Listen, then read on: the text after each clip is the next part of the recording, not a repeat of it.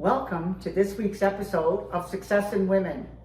Part of being success in women is being able to eat and eat properly. So I'm Linda. I'm Andrea. She's going to be my sous chef today. Yay. And we're going to teach you, because Andrea showed you how you can make a beautiful pasta and feed a lot of people. Andrea has a large family and a lot of people to feed on a regular basis. I have me, and the odd time I have a guest over. What I've started doing is actually buying chef's plate.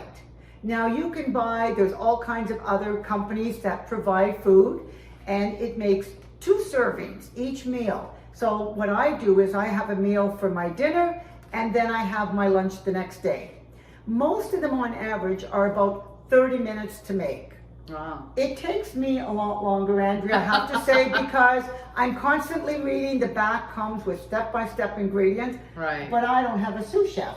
And Right. today, hopefully, it won't take that long. Mm-hmm. But before we start making this wonderful meal, and we're going to be making this for her husband, a nice beef teriyaki, I want to give you a tip on something else that you can make. Oh, tip of the day or the Tip week. of the day, but to do with food. Oh. And I was at my sister's place recently, and she found this recipe to make bruschetta.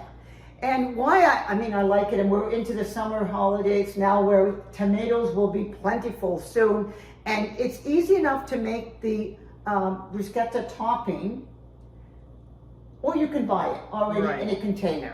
I like to make it when I have the fresh tomatoes, which is really easy, but we're not going to show you how to make that. That's another topic of food that you can do, but you can Google or buy it. My sister bought hers from Costco. But you know how when you have the little crostini and to fry it and stuff, but then you put the topping on and it's falling all over the place. Right. And half the time you're trying to eat it and it's going down your front. Exactly.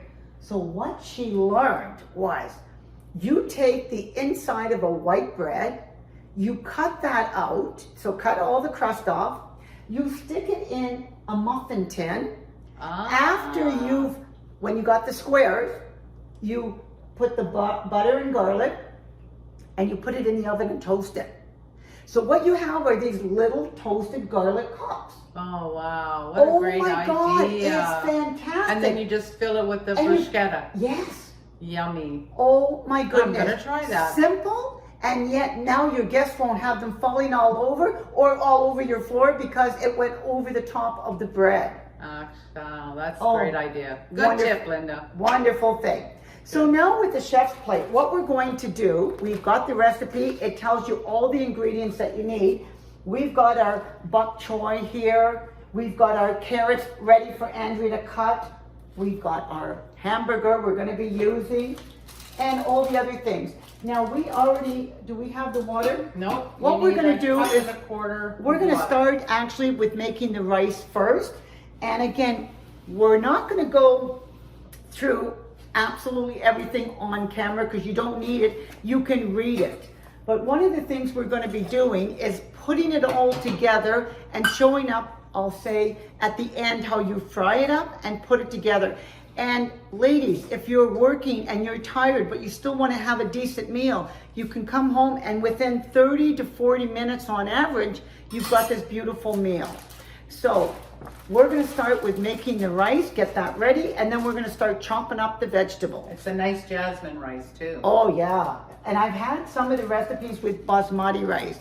What's wonderful about this, if you had more people than 2, you can just add more rice if you've got it in your pantry. Right. It's wonderful to do that. That's great. So while Andrew's getting the rice in there, we're going to start chopping up the vegetables. Has to come down. So what we're doing now is we're going to, I'll say, brown the sesame seeds. So it's fried up a little bit, but we use a dry pan, and this pan we're going to be using for all the other ingredients eventually. So I keep my little brown bag to put all my stuff in. And what you have to do is you're going to be doing that for a few minutes, but what you don't want to do is actually burn them. So you have to be very careful in moving them around and browning them. And then what we're going to do is just put this off to the side while we start cooking the other things. While we're doing that, because we have a sous chef, Andrea is in the background cutting up the vegetables and getting that all ready for the actual frying of this. So what's happened now, our rice boiled. We put the lid on it, and that is just going to stay for 15 minutes. The recipe card calls for 12 to 15 minutes. I find that in order to absorb all the water, you need to do the full 15 minutes. In the meantime, while Andrea's cutting up all the vegetables that we're going to be using in the frying pan after, we're now browning our sesame seeds. And that's actually doing really quite well. And we've got that on a medium heat, and that should be done very soon. And then we can start on the vegetables and then the meat. Okay. And boy, I'll tell you, this is probably going to be a great meal because I did the chicken teriyaki the other night, and oh my God, that was amazing. And they had maple syrup in it, and you know, I don't eat a lot of sweets, but I really enjoyed that teriyaki with the maple syrup. So that was pretty cool. Anyway, so that's what we're doing now.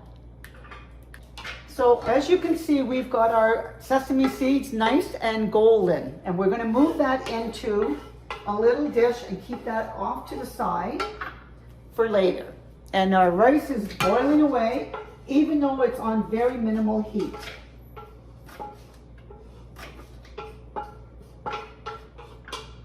So, okay, so the next step we're going to do is actually start cooking our vegetables. And Andrew's almost done cutting them up. We'll get to that. So what we've done now that we've taken the sesame seeds off, we've got the carrots and the stems of the bok choy that we're going to just fry up for a little bit. And it's only 3 to 5 minutes. What you want to do is actually just have it tender, and so we can start cooking the rest of the stuff after that. Because we still have to go with the garlic. We don't want to put that in too soon because you don't want to burn your garlic. So you just keep mixing this up a bit, and it'll get nice and soft.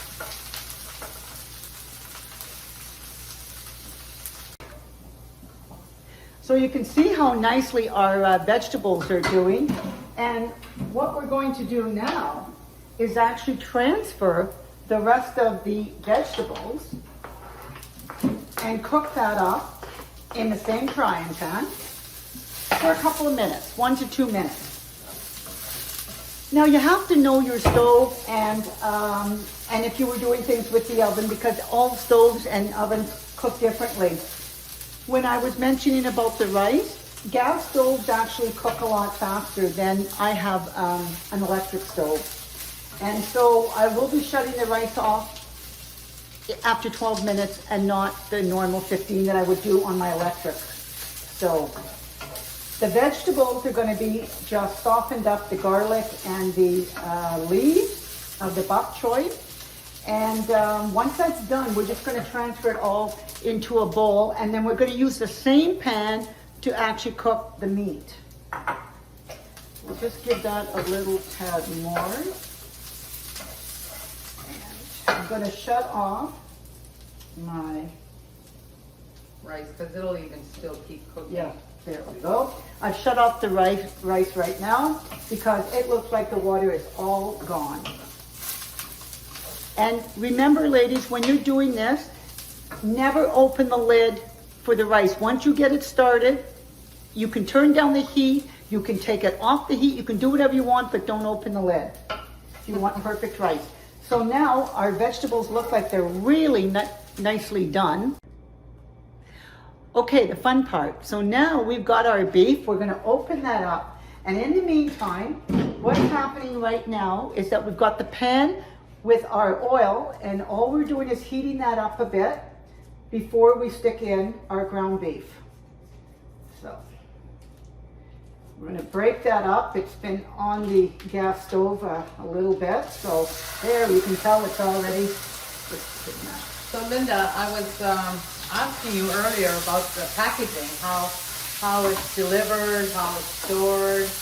because I saw this little bag that you've had, and I thought that's a neat little trick for getting rid of your garbage while you're preparing. What happens is everything comes in the bag. Every ingredient you need, but what they do is they give you ice packs for the meat, but all your stuff. And so while I'm preparing my meal, I put all my garbage in here so it's all in one place. If you compost or anything else, you can have different sections of, other bags. Because I don't have a lot of anything, I compost when I can. When I was at the house, I compost everything and recycle. I don't have that much food stuff when I'm in my condo now, and plus with the food that I get from Chef's Plate, there's really no leftovers or anything that has to go in it. Most of it is all garbage or recyclable. You keep that separate. Do you have any? Yes. Oh, it doesn't matter. So we're going to put a little bit of, does this grind? Yeah. Oh, good. So we're going to grind a little bit of salt to give our meat some flavor here. And we're going to put a little bit of pepper. And we're just going to fry that up. The really nice thing, oh yeah, you can just shut off. That's our timer, but we already shut off the rice, so you're all good. Our rice is perfect. Andrew, you might want to get a fork and just fluff up the rice now. Oh, now you're going to let me open it. Yeah, now I'm going to let her open it. She almost had a heart attack a few minutes ago. Well, there's certain little tips that you don't want to actually screw around with, and it really works well when you actually start doing what they tell you. And it's kind of like barbecuing steak. If you've ever grilled a steak, my ex-husband was the worst at grilling steaks because he was fiddling with it all the time. My husband too. So you can ruin your rice, you can ruin your steak. When you put it on a hot grill, you put it on for so many minutes, flip it over, and that's it. And then let it rest. And it's the same with your rice. You don't want to tamper with it once you get it going. So we're almost done, ladies. And if you've been timing it, it didn't take long, especially if you've got a helper. So now we're getting to the finishing touches. And Andrew's going to show you what we've done 2 different ways for presentation. So, way number 1. Vegetables on the side, the rice is on the bottom, but meat on one side, vegetables on the other. And now we're going to sprinkle the toasted sesame seeds. Yum. Doesn't that look great? Delicious. And the other one, we put the rice, the meat, and then we put the vegetables. It all goes down, but it's presentation amazing. Is everything. It is. Isn't it a feast for the eyes? They say you eat with your eyes. You do. And you see, there's the picture. That looks pretty close to me. I'd say very close. And we're going to find out what the end result is when we get Andrea's husband to actually try it. All right. So now it's the true test of how this meal has turned out in relatively a short time. So Andrew's going to serve her husband this wonderful feast, at least. Well, he likes food, and he's going to be able to tell us whether or not we did a good job. So Eddie, go ahead and try. Okay, can't wait.